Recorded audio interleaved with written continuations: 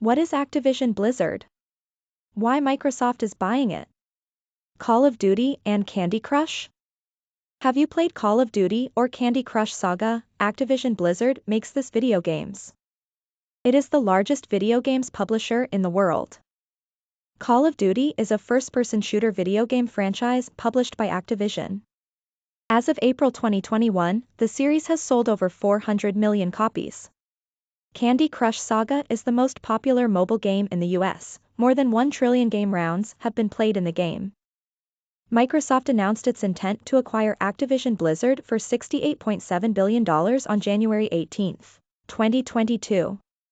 Activision Blizzard would become a division of Xbox Game Studios, while making Microsoft the third largest gaming company following Tencent and Sony.